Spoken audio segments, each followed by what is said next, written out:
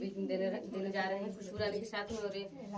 लाल तिल के साथ में। आप लोग अगर अच्छा लगे तो कमेंट सेक्शन में जरूर बताइएगा।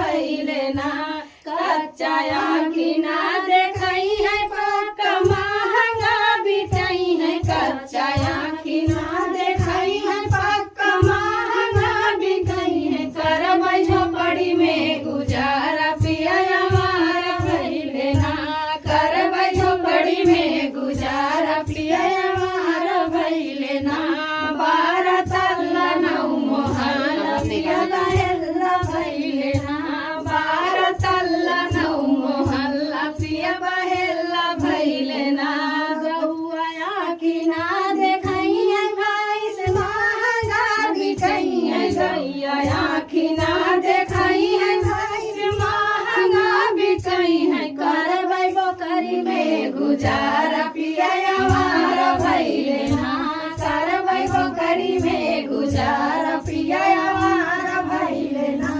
बाहर तल्ला नौ मोहल्ला पिया बहेला भइले ना बाहर तल्ला नौ मोहल्ला पिया बहेला भइले ना